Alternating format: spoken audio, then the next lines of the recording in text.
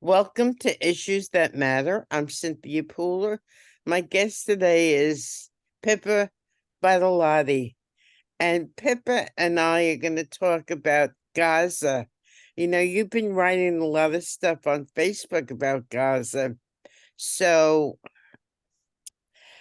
from your perspective, what are you seeing? And, let our audience know what's going on.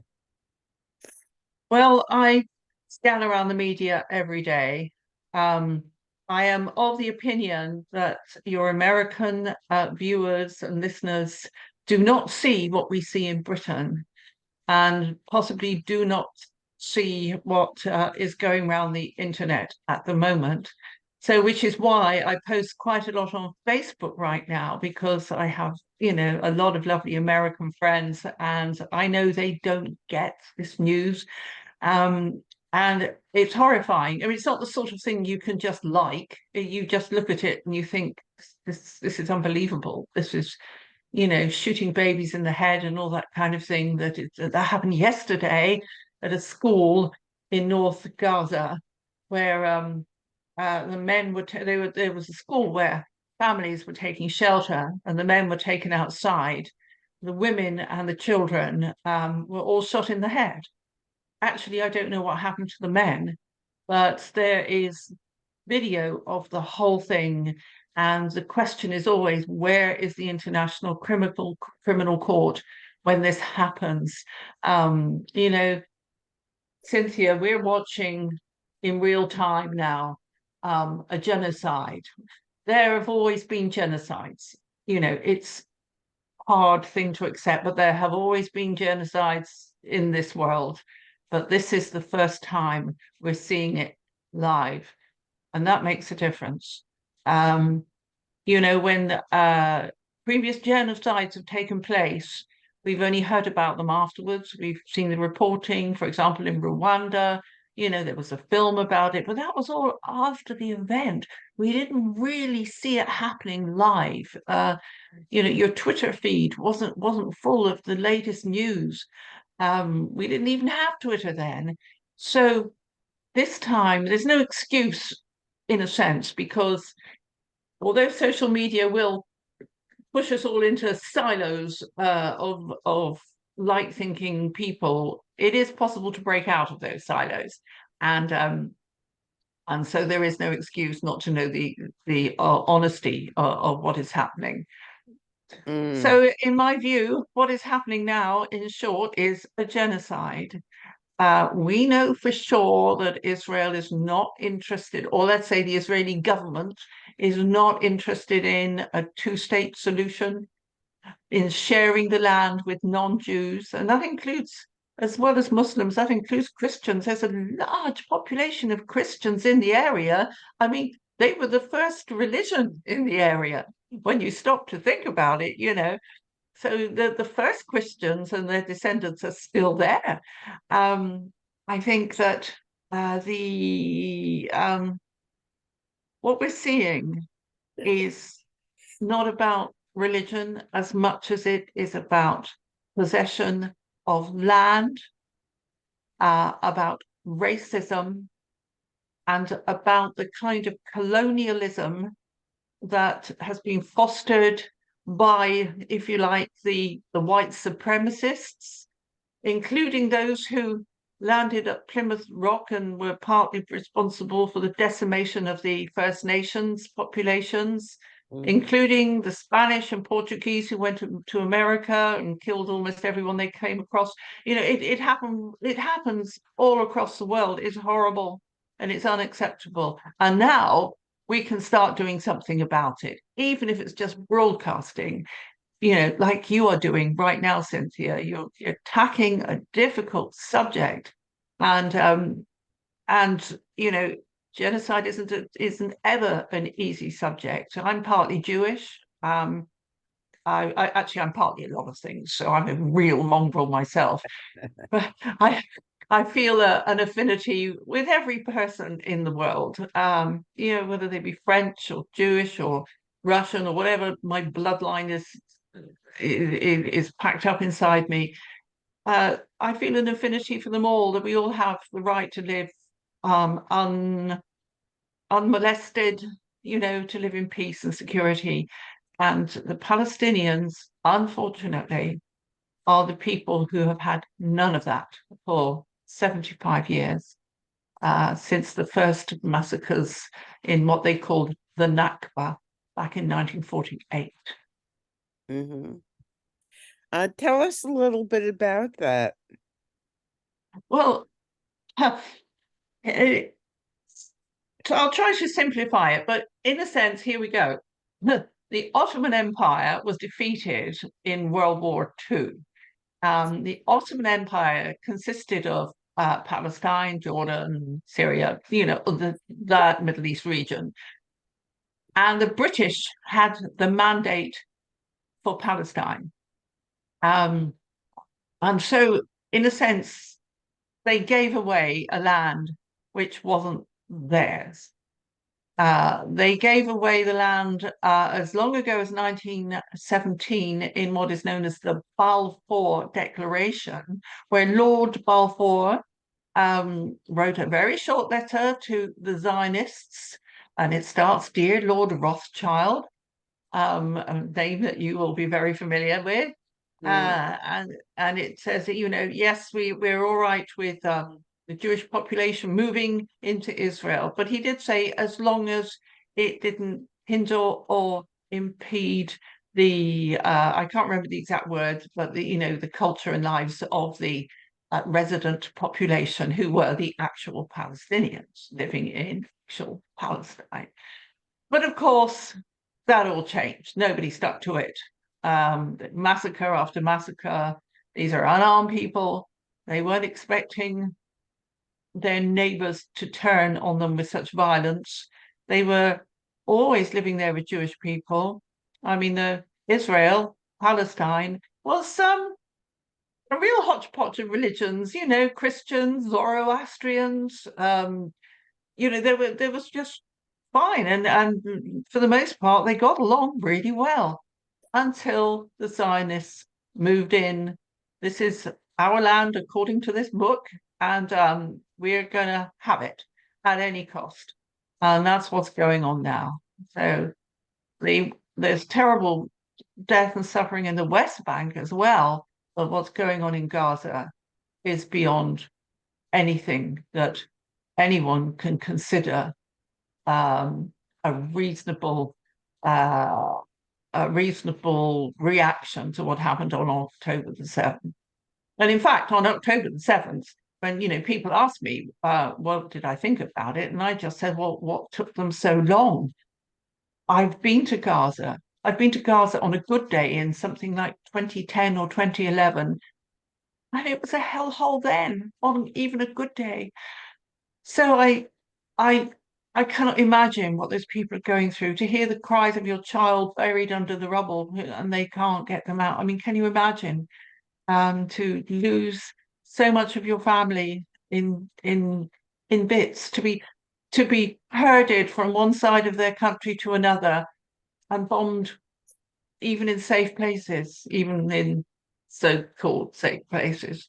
I Mm. cannot imagine the fear and the the trauma that these people must be feeling now. Even then there is nowhere that's safe, and they're being squashed into an area which is, what did somebody say, the size of, like, I don't know, um a tiny area, the size of my little town in Wales. There's 2.5 million people being squashed in there. um no sanitation, disease, no water. People are dying of starvation. Um, the sewage has been bombed. The whole sewage treatment works has been bombed again. And people like you and me, I've been into some of their houses, middle class, nice people, trying to keep a nice, tidy house with, a few nice things and clean children, and, everything uh, as you or I would like to, find ourselves. I've been there. I've seen these people. They're just like us. There's nothing different. Um, Being forced to live knee deep in water at the moment because it's raining. and there's no drainage where they are, with no fresh water.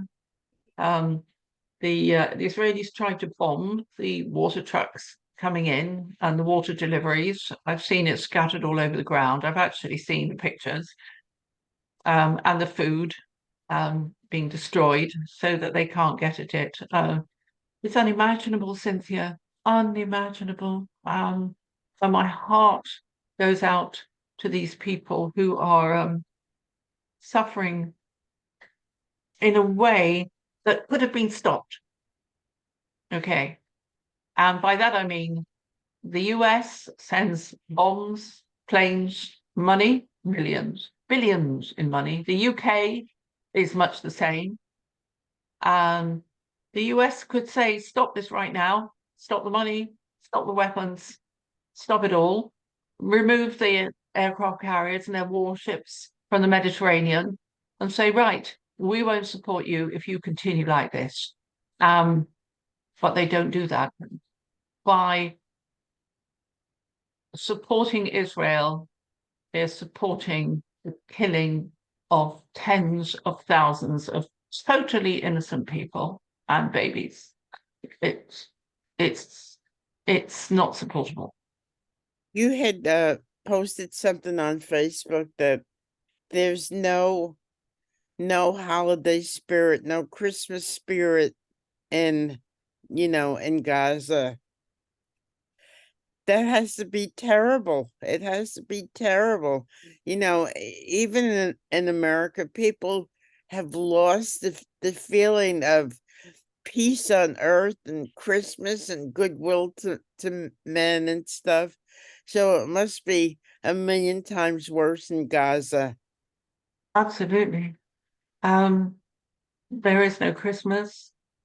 Um, the piece I put actually was the Church of the Nativity, which is in Bethlehem, which is cut off from so much, which is near the West Bank. There was always a huge Christmas tree. It was always very jolly there. There's no Christmas tree this year. I'm not buying my family presents this year.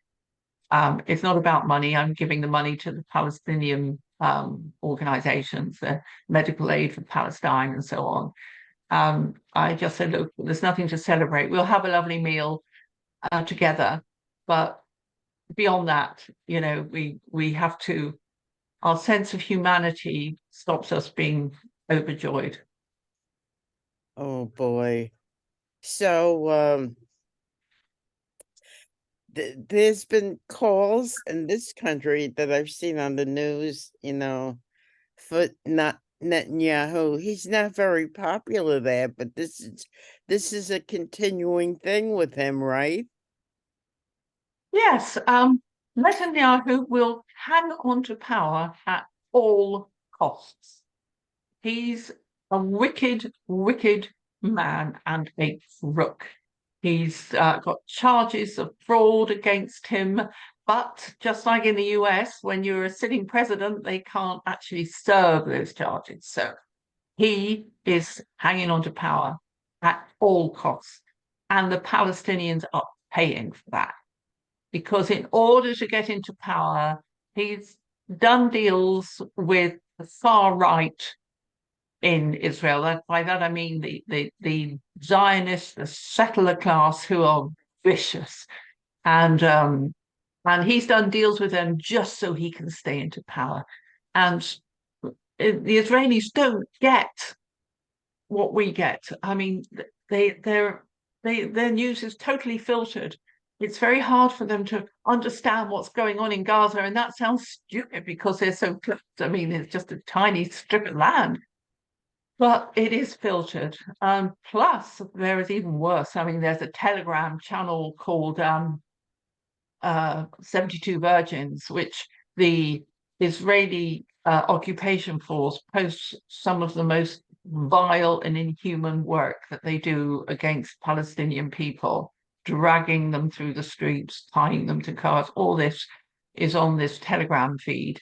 So it's going from bad to worse. I mean, they throw some of those far right wingers, they throw parties mocking the Palestinians, dressing up and pretending to be Palestinians in pain or something. It's just horrible. It's you know what the word is, but and part of me wants to say it's ungodly, but it's much worse than that. I mean, it's so vile.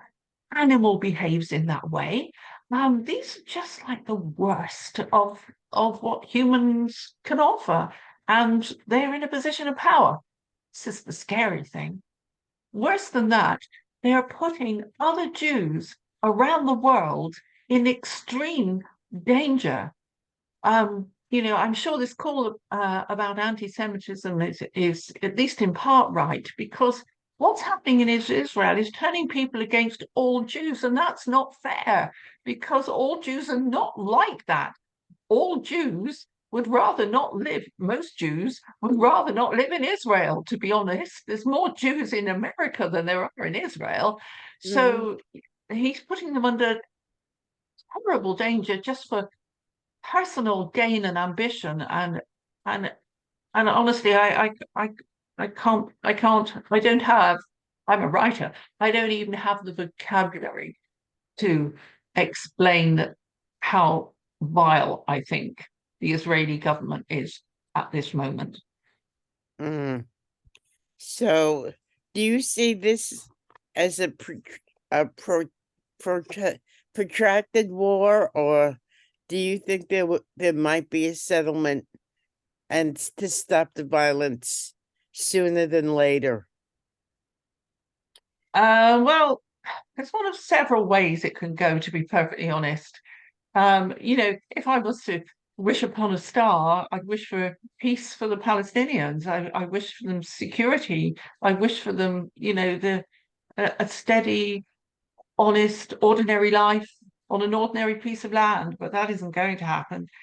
I think the Israeli ambassador to the UK today said a flat no to a two-state settlement. Flat no. Now, I don't know what right he has to say that, but this is the feeling that you get. They don't want to give an inch to the Palestinians. Um, I think a lot depends on America and how they pursue the rest of this violence, how much they're prepared to stop it, and some of that rests on the shoulders of actual Americans getting out onto the street day after day, week after week, to show their displeasure and to ask for a ceasefire and an end to it all. Because a ceasefire on its own isn't enough. You need a ceasefire with honest negotiations towards resolving the issue, because they've killed 20,000 people out there. Well, that's not all of them. I doubt that they'll kill all of them. But who is left is going to be bitter and vengeful. They've seen their children killed in front of their eyes. They've lost their family, their husbands, their wives. I mean, violence begets violence, and you have to end the cycle of it. So America could start that by not putting fuel on the flames of the violence that's happening out there. But there are other players in the game. I think Turkey, Jordan, Iran. I mean, Jordan and Iran have gone out of their way to try and make friends with Israel and be on good terms. But that doesn't necessarily hold through this kind of massacre.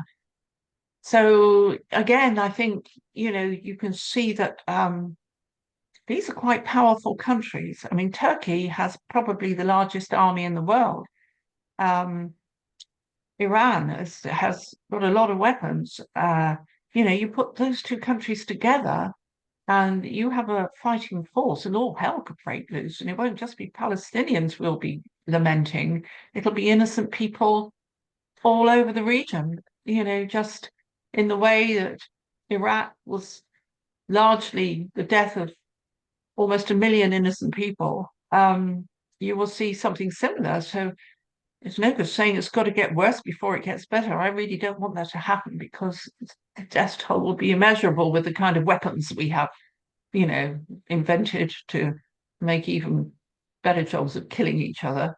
Mm. So, we've got a lot of players in the region, uh, but the US has really put itself there to prevent all hell breaking loose, if you like, but also to allow this massacre of the innocent people in Palestine. So where do I see it going? Well, I don't. I don't know how to get out of this. I would have hoped, like everybody in the world who stops to think, will say, one land, everybody lives there together, they get on, they learn to get on, and as they used to before, and they share the resources and so on equally, which they don't do now, and peacefully.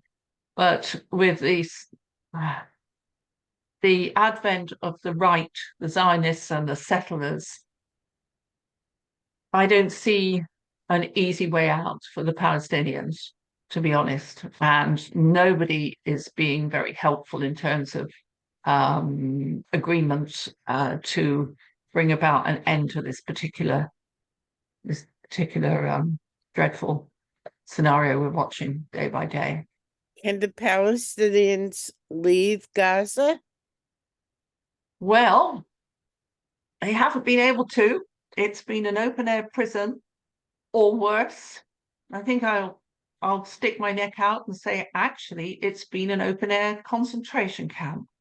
But worse than that, in no concentration camp that I know have they been bombed from above and shot at from snipers all around. I would say that um, this level of violence that has been meted to the Palestinians for the whole time, it just got a little bit worse now, has been caused by the fact that they can't get out. They're not allowed out. They can't even get out to work. Some of them, they have to go through checkpoints, sometimes taking hours, sometimes waiting 3 hours in the hot sun just to get through to go to work in Israel. I think that at the moment, Egypt isn't going to let them out through the Rafah Gate in the south because, well, two reasons. They don't want to be inundated with refugees. And also, this is the master plan. Get them out. Herd them all to the south, make their lives intolerable. If you can't kill them, just put them in a situation where the disease and death from non-arms and non-weapons methods makes them think we have to leave. And that's what they're doing. They're testing it. They're pushing them out by one means or another. And you think about the American Indians and the Trail of Tears. The death those people who were shepherded from one place to another in all weathers, who died all along the way. And, as soon as they got to one place, they were moved on to another. There are similarities. And what we did to the American Indians was unforgivable. And I think this is along the same lines. The best way I can compare it to an American audience, anyway. Unfortunately, the indigenous people in this country are still suffering, but the media does not show show anything on the extent of their problems with the, still forced onto a reservation, the poverty, the alcoholism, the suicides, it's just a terrible, terrible thing. And it's It's gotta awful. yes, and Yeah. it's gotta be as bad, in Gaza as it is, amongst the indigenous people in this country. And It's the so, same drivers. It's the same drivers, the white colonial settler mentality. Pippa, I will constantly watch what you're posting on Facebook. Oh, And thank if you, Cynthia. and if I see something, I'll message you, and hopefully we could do more shows. So when will you be back in Delmar? Well, I'll be back around March. But before we go, can I just say one thing? Because it Of happened course. locally. it happened locally to you in Bethlehem Public Library. I don't know if you're aware, but Bethlehem Neighbours for Peace, who I belong to, put on a talk or a film every month in Bethlehem Public Library. Mhm. And earlier this week, they had a talk by Michael Peled, who was the son of an Israeli general, um, who had seen for himself what was happening to Palestine and is against what Israel is doing there. Well, there was a debacle. The library was bullied to shut it Oh, down. They had meetings, and this is a freedom of speech question as much as anything else. I may not agree what you have to say, but I will, pay with my life for your right to say it. right. And so the library did allow it to go ahead, but it was inundated with rather um, mouthy, shall I say, Zionists who were trying to shut it down, who were calling the police, saying these people are being violent. Well, Bethlehem Neighbours for Peace are the mildest mannered group I have ever come across. I mean, there is no violence in them at all. And I mean, nobody even raised their voice, but they were calling the police and saying, I'm afraid, these people are in the way, they're stopping me going to the toilet. That was happening. So anyway, there's a subsequent meeting taking place, and they're going to punish Bethlehem Neighbours for Peace, it seems, by not allowing us to use the library for Oh 3 months. no. I mean, that is sanctions, okay? Sanctions. And we have, speakers lined up, and we produce a good program of events, very often alternative events, I might say, which is well attended. But at this last meeting, it was very well attended. There were 150 people outside the room who Oh, couldn't get in. Now, that is testament to how interested people are in knowing what other people think, not just what the mainstream media give us, but what else is, what other types of thought going on out there. And, the Jewish Voices for Peace came along and they were brilliant, fantastic organization. They understand what's going on out there. So really, I think my point I want to make here is, by the way, it's also happening here in Wales. We had a talk as well about anti-Semitism, and they tried to shut that down here. And that was Tuesday night. Tuesday night was a book launch.